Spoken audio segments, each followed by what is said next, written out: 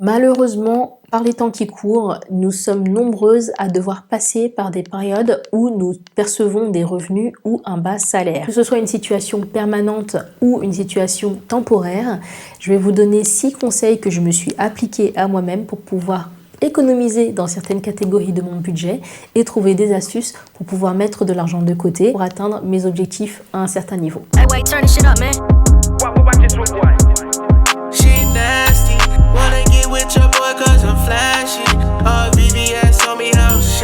Hey ladies, bienvenue sur la chaîne de Ladies Budget, je m'appelle Marie-Laure et toutes les semaines je vous propose des méthodes et des astuces pour vous aider à gérer votre budget au quotidien en toute féminité, simplicité et authenticité. Premier conseil primordial, anticiper les situations. Donc, je ne vous dis pas que vous avez une boule de cristal et que vous pouvez deviner demain que vous serez viré ou que vous aurez un problème de santé, etc. Surtout les problèmes de santé, c'est pas du tout devinable à l'avance. Mais pour des licenciements, parfois, on a la possibilité, enfin des pertes d'emploi, parfois on a la possibilité d'anticiper et de savoir que dans mon entreprise, il va y avoir un plan de licenciement. Donc, je me prépare à me retrouver au chômage. Vous avez la possibilité également de le savoir si vous êtes en CDD et que vous savez que votre CDD va s'arrêter et qu'on ne va pas vous prolonger par la suite. Donc, il y a certaines situations dans votre vie professionnelle que vous pouvez connaître et que vous pouvez anticiper pour ne pas vous retrouver à dépourvu. Donc, premier conseil que je vous donne, c'est de créer votre budget minimum. Qu'est-ce que j'entends par budget minimum? C'est de créer un budget dans lequel il n'y a que les essentiels. Vous enlevez tout ce qui est superflu. C'est-à-dire, vous allez mettre uniquement les choses qui vous permettent de vivre, de vous loger, de vous nourrir et de vous déplacer si vous avez besoin de vous déplacer régulièrement. Un budget minimum, ça sert à quoi? Ça sert déjà d'une à nous rendre compte des charges qui nous incombent absolument dans notre quotidien. Ça nous permet également de comprendre la manière dont on dépense notre argent. Ça nous permet de voir également où va notre argent réellement au quotidien lorsqu'on a des revenus corrects.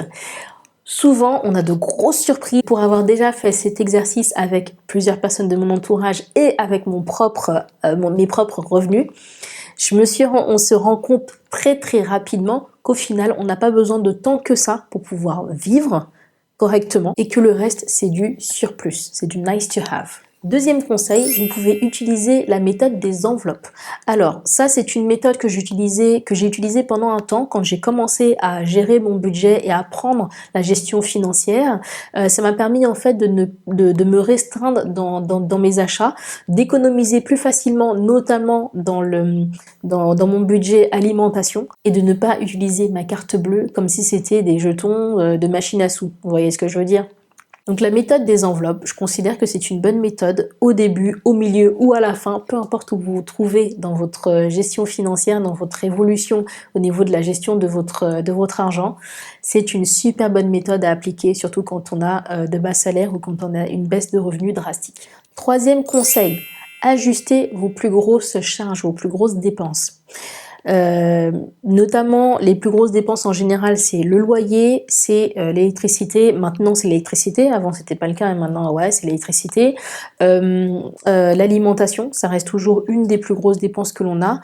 Les dettes en fonction de ce que vous devez, en fonction des taux d'intérêt que vous avez, en fonction de ce que vous devez rembourser mensuellement. Votre voiture notamment, si vous avez un prêt sur l'achat de votre voiture, etc. Il y a plusieurs catégories comme ça que vous pouvez ajuster.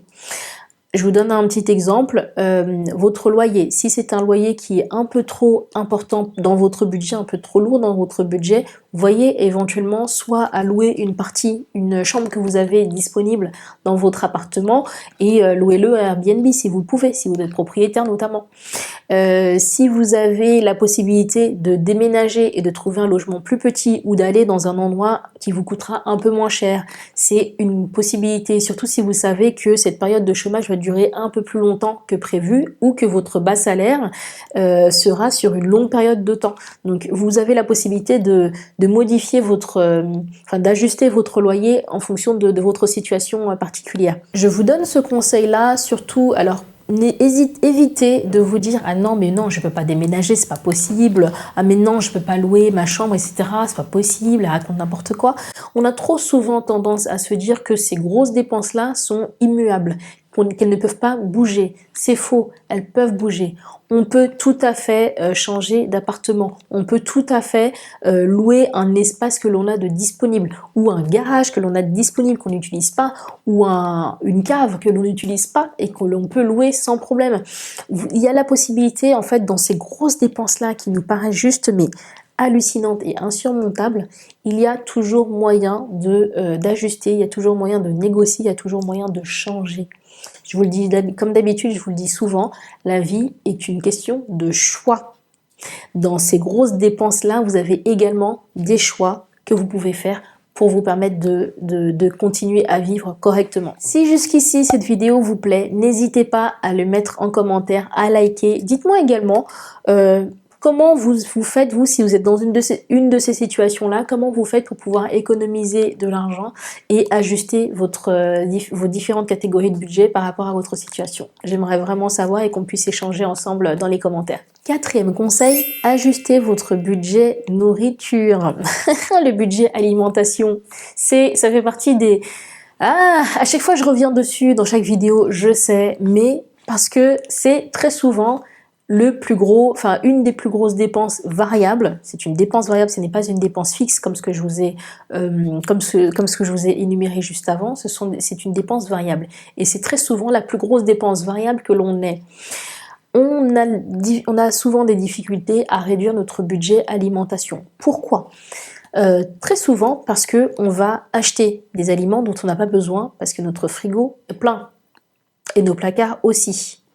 Donc, vous avez, d'ailleurs avec cet exemple-là, une première astuce. Moi, ce que je fais tous les mois, c'est que je vide, ou tous les 2 mois, je vide totalement mes placards et mes frigos, mes frigos, j'en ai pas 10, et mon frigo, je mange tout ce qu'il y a. Je fais des recettes avec tout ce qu'il y a à l'intérieur. Et une fois que tout est fini, mon congélateur aussi, une fois que tout est fini, je repars faire des courses.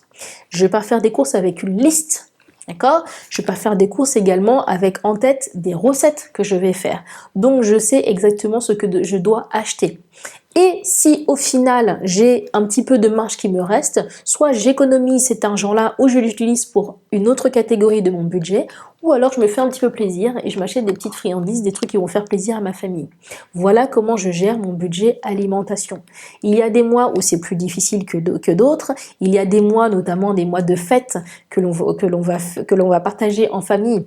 Ça va être un peu plus difficile que d'autres. Dans cette catégorie-là, on a trop tendance à se faire plaisir et à pas faire attention, alors que c'est une dépense variable les plus insidieuses, vraiment les plus tendues de notre budget, c'est bien la dépense alimentation. 5e conseil, mettez de côté toutes les entrées d'argent que vous pouvez avoir. C'est-à-dire, si vous avez un 13e mois, que vous travaillez, que vous avez un 13e mois, ce 13e mois-là, soit vous mettez une partie de côté, soit la totalité de votre 13e mois. Ça vous permettra, comme je vous le disais au début, d'anticiper sur des dépenses, sur des situations catastrophiques. Ça vous permettra aussi, notamment, de rembourser une dette importante. Si vous touchez des primes annuelles, si vous touchez un 13e mois, si vous avez des revenus d'investissement que vous avez fait au préalable, prenez cet argent-là, économisez-le ou utilisez-le pour rembourser des dettes importantes que vous avez. Soyez smart avec votre argent, soyez smart avec toutes les entrées de revenus que vous pouvez avoir. C'est vraiment primordial, je ne le répéterai jamais assez. La gestion financière, ça passe aussi par l'anticipation, ça passe aussi par la gestion correcte des revenus que l'on perçoit dans l'année. 6e et dernier conseil, négocier. N'hésitez pas à négocier auprès de votre prêteur, si vous avez, auprès de votre banque. J'ai un prêteur, j'ai l'impression d'être dans les années 1930. Négociez auprès de votre banque si vous avez un prêt pour votre appartement ou votre maison. Vous avez la possibilité de voir si les taux d'intérêt peuvent être baissés, si, mettons, la tendance aujourd'hui, je sais que la tendance aujourd'hui dans l'immobilier, est plutôt pas top, on va dire ça comme ça. Donc vous pouvez tout à fait aller voir votre banquier et de lui dire, bah voilà, j'ai une situation un peu bizarre, enfin un peu différente en ce moment. Et s'il y a la possibilité de soit suspendre certains prélèvements, si on ne sait jamais, ou peut-être que votre banquier est hyper généreux, j'en sais rien, ou soit modifier votre taux d'intérêt ou de prolonger la durée de votre prêt. Alors, dans certains cas, ça peut être assez délicat de sauter le pas parce que souvent on peut se retrouver dans des situations un peu tendues. Ce que je vous conseille, c'est de demander déjà conseil à un courtier ou alors à quelqu'un dans votre entourage qui s'y connaît un peu dans l'immobilier, ou alors poser la question à un conseiller financier aussi, hein, il y en a plein. Et il vous dira exactement comment, si vous pouvez aller négocier auprès de votre banquier pour modifier votre situation, votre crédit. Vos prêts, vos assurances également. Vous pouvez faire jouer la concurrence sur votre assurance habitation, sur l'assurance de votre voiture. Si vous avez un prêt pour votre voiture, pareil, essayez de voir avec votre courtier si vous avez la possibilité de suspendre certaines mensualités ou d'étaler un peu plus vos mensualités. On ne sait jamais. Comme le conseil que je vous ai donné avant, on a trop tendance à laisser les choses faire, à laisser aller, hein, à se dire bah non c'est comme ça, je vais devoir continuer à payer X temps. On ne réfléchit pas assez, on ne se dit pas souvent que en fait non mais les personnes qui sont en face de moi c'est des êtres humains aussi. Ok, une banque, il y a souvent un peu des pourris, mais pas que.